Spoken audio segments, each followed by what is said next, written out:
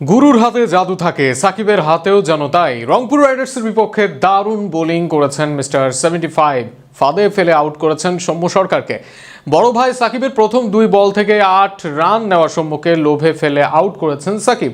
4 ওভারে দিয়েছেন মোটে 16 রান।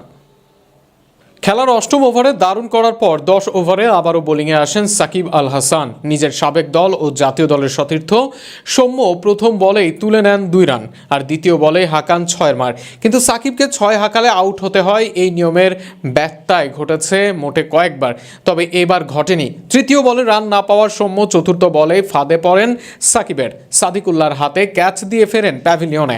অন্যদিকে ম্যাচ জুড়ে আর উইকেট না পেলেও বল হাতে ছিলেন দুর্দান্ত। ওই 2 বলে 8 রান দেওয়া সাকিব নিজের বাকি 22 বলে দিয়েছেন মাত্র 8 রান, অর্থাৎ 4 ওভারে মাত্র 16 রান দিয়ে তুলে নিয়েছেন গুরুত্বপূর্ণ উইকেট। এখনও কতটা কার্যকরী বোলার সাকিব তা অবশ্য হয়তো বলে দেওয়ার কিছুই নেই। অন্যদিকে এই ম্যাচ ছিল গ্লোবাল সুপার লিগে বাংলাদেশের প্রতিনিধিত্ব করা দল রংপুর রাইডার্সের সঙ্গে। শুরুতেই 3 বলে 1 করে ফেরেন ইব্রাহিম জাদরান, তবে 29 বলে 36 রান করেন সৌম্য। 11 বলে 19 রানের ক্যামিও খেলে ফেরেন মায়ার্স, তবে ভালো করতে পারেননি অঙ্কন।